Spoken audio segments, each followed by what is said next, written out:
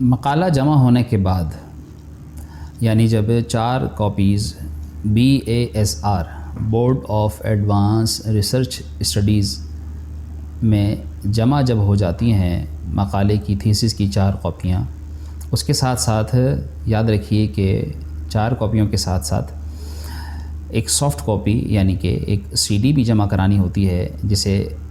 Right کروایا جاتا ہے وہیں سے جہاں سے آپ نے مقالہ ٹائپ کروایا اور جہاں سے اس کو پرنٹ کروایا۔ تو چونکہ ان کے پاس آپ کی ایڈیٹیبل ورڈ فارم میں فائل بھی موجود ہوتی ہے، تو اسی فائل کو PDF فائل میں کنورٹ کیا جاتا ہے۔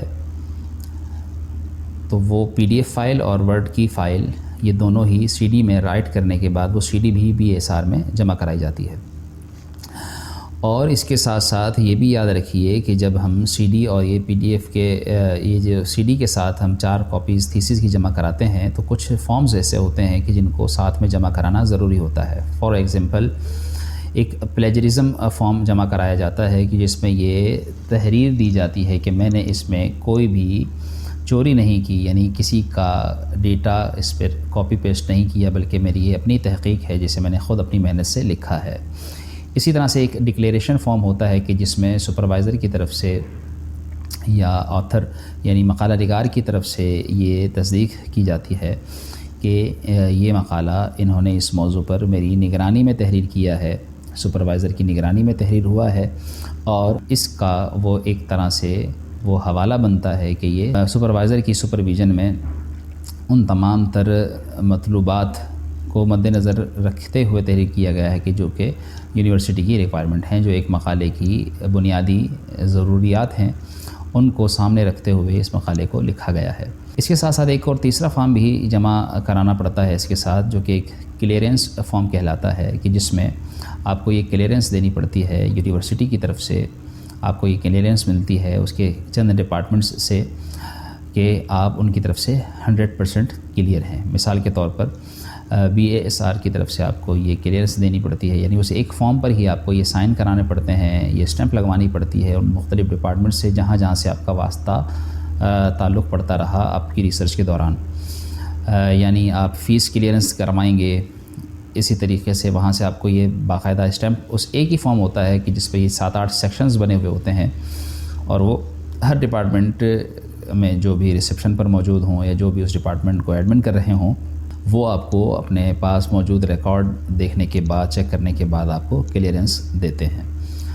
اور اس فارم پر آپ کو یہ کلیئرنس ملتی ہے کہ آپ کی فیس بھی کلیئر ہے، آپ کے تمام تر ڈیوز بھی مکمل ہو چکے ہیں۔ ایسے ہی آپ کی جو اپنی ڈپارٹمنٹ کی لائبریری ہوگی وہاں سے آپ کو کلیئرنس ملے گی کہ آپ کے پاس ڈپارٹمنٹ کی لائبریری کی کوئی کتاب موجود نہیں ہے۔ ایسے ہی آپ یونیورسٹی کی مین لائبریری سے کلیئرنس لیتے ہیں کہ وہاں کی لائبریری کی کوئی بھی چیز آپ کے پاس موجود نہیں ہے، وہاں سے آپ مکمل کلیئر ہیں۔ آپ کا سپروائزر بھی آپ کو کلیئرنس دیتا ہے، آپ کے ڈپارٹمنٹ کا جو چیئر پرسن ہوگا، چیئرمین ہوگا، وہ بھی آپ کو کلیئرنس دے گا، آپ کے ڈپارٹمنٹ کا جو ڈین ہوگا وہ بھی آپ کو کلیئرنس دے گا۔ اسی طریقے سے اگر آپ ہاسٹلائز ہوئے ہیں اپنی یونیورسٹی میں تو آپ کو اپنے ہاسٹل سے بھی یہ تحریر لینی پڑتی ہے کہ اگر آپ وہاں رہتے ہیں تو وہاں سے بھی آپ کا کوئی بھی ایسا کام پینڈنگ میں نہیں ہے، یا ان کی طرف سے کوئی آپ کی طرف سے ان کو کوئی ایشو نہیں ہے۔ تو یہ ساری کلیئرنس لینی پڑتی ہیں۔ اس کلیئرنس کے لیے بھی آپ کو بعض اوقات بہت زیادہ پریشانی کا سامنا کرنا پڑ سکتا ہے، اس لیے کوشش کیجئے کہ جب آپ کا تھیسس ٹائپ ہو رہا ہو یا تھیسس آپ کا پرنٹ ہو رہا ہو، اس دوران آپ اپنا یہ کام مکمل کر لیں۔ یہ پلیجرزم فارم، اسی طریقے سے ڈکلیریشن فارم، اسی طرح سے کلیئرنس فارم، یہ ویریفیکیشن فارم، یہ ساری چیزیں مختلف جو آپ کو BASR سے آپ کے board of advance research studies کے آفس سے تمام تر ریکوائرمنٹس معلوم ہو سکتی ہیں، وہاں سے معلوم کر لیجئے اور یہ ساری کام پہلے کر لیجئے۔ اس کے بعد اگلا مرحلہ جو آتا ہے وہ یہ آتا ہے کہ جب آپ نے یہ ساری چیزیں جمع کرا دیں، آپ کا تھیسس سبمٹ ہو گیا،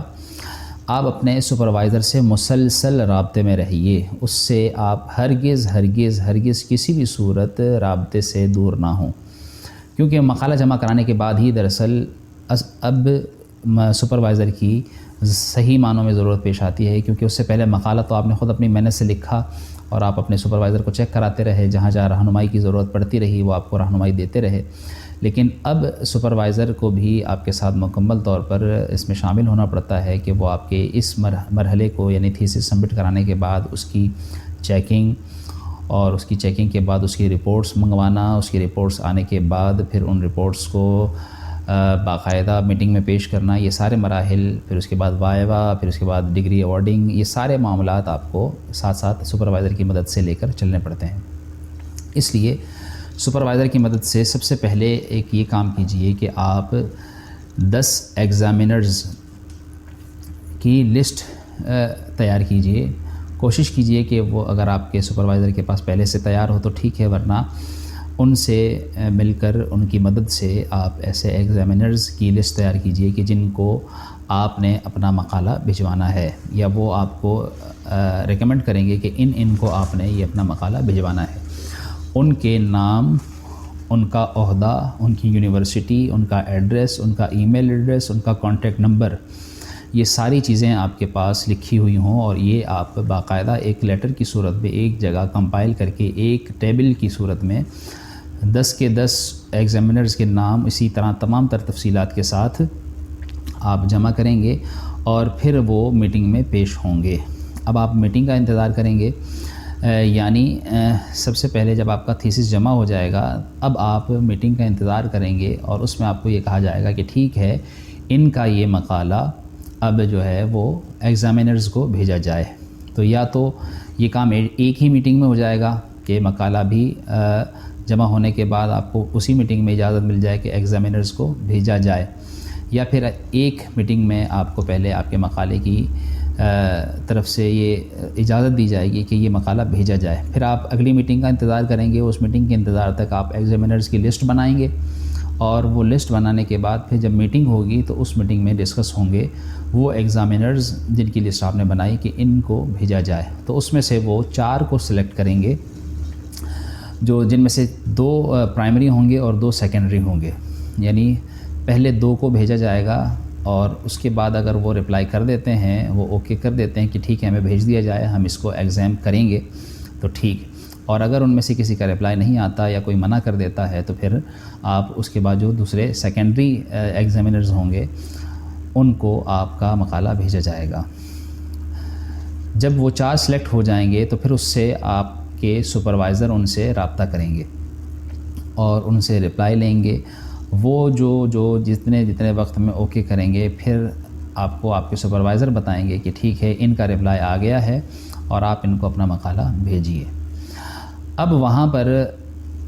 دیکھنا یہ ہوتا ہے کہ بتانا پڑتا ہے باقاعدہ BSR جا کر کہ سر یہ ان کے نام آ گئے ہیں، ان کا رپلائی آ گیا ہے، تو ان کو میں نے اپنا مقالہ بھیجنا ہے۔ پھر آپ یونیورسٹی ایڈمنسٹریشن بلاک میں BASR آفس سے اپنے مقالے کو ڈسپیچ کرواتے ہیں، یعنی جو 4 کاپیاں آپ نے جمع کرائی تھیں ان میں سے 2 لیتے ہیں۔ اگر آپ کا ایکسٹرنل ایگزامینر آپ سے آپ کے مقالے کی 4 کاپیاں یا آپ کی مقالے کی ہارڈ کاپی طلب کرتا ہے تو آپ کو اسے وہ بائی پوسٹ بھیجنا پڑتی ہیں، تو پھر وہاں سے وہ ڈسپیچ کرتا ہے، جس کی سافٹ کاپی بھی وہ ان کو ای میل کرتا ہے اور وہ اس کی ہارڈ کاپی آپ کو دے دیتا ہے اپنے پاس ریکارڈ میں لکھنے کے بعد، اور پھر وہ آپ سپروائزر کی مدد سے اس میں کچھ چیزیں لکھنا پڑتی ہیں یا اس میں کوئی فارم لگانا پڑتا ہے۔ یہ ساری چیزیں آپ کو جس وقت آپ جمع کرانے جاتے ہیں اس وقت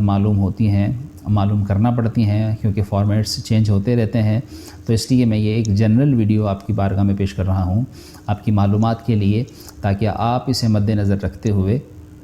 ان چیزوں کو سامنے رکھیں اور سامنے رکھ کر آپ اپنے مقالے کو، تھیسس کو پیش کریں، جمع کرائیں، آگے بڑھیں، تاکہ آپ کا کام آسانی سے ہو جائے۔ میرا کام آپ کو معلومات فراہم کرنا ہے، اور امید ہے کہ میں آپ کی خیر خواہی کی نیت سے یہ کام کر رہا ہوں۔ اور یہاں پر میں ایک ریکویسٹ کرتا چلوں گا کہ میں اپنے اس یوٹیوب چینل کے ذریعے ان طلباء، علماء اور ان فضلاء کی مدد کرنا چاہتا ہوں کہ جو ان فارغ التحصیل لوگوں کی مدد کرنا چاہتا ہوں کہ جو اپنے ان معاملات میں بعض اوقات پریشان ہو جاتے ہیں اور انہیں معلوم نہیں ہوتا کہ اب کرنا کیا ہے۔ بعض اوقات وہ اتنے پریشان ہو جاتے ہیں کہ دل ہار جاتے ہیں، ہمت چھوڑ بیٹھتے ہیں، اور پھر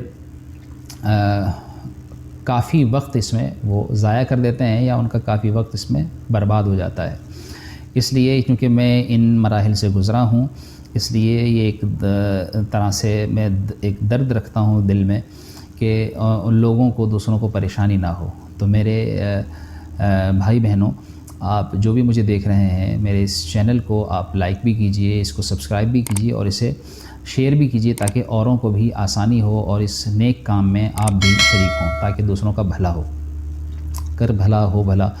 ہم دوسروں کا اچھا کریں گے، اللہ تعالی ہمارا اچھا کرے گا۔ اس بات کو اب مزید سمجھ لیجئے کہ جب آپ یہ بتا دیں گے BSR جا کر کے ان کے نام فائنل کر دیے ہیں سپروائزر نے، پھر آپ ان کو ان کی ہارڈ کاپی بھیجیں گے۔ یہ اب یہاں بعض اوقات قسمت کی بات آ جاتی ہے کہ اگر سپروائزر مثال کے طور پر آپ کا کہتا ہے کہ آپ کے ایکسٹرنل ایگزامینر نے ہارڈ کاپی مانگی ہے، تو پھر تو آپ ہارڈ کاپی بھیجنے کے پابند ہیں، جس پر آپ کا خرچ بھی ہوتا ہے، یعنی یہ آپ کو یونیورسٹی سے ڈسپیچ کروا کر خود اپنے خرچ پر بائی پوسٹ بھیجنا پڑتی ہیں۔ بائی پوسٹ بھیجنے کے لیے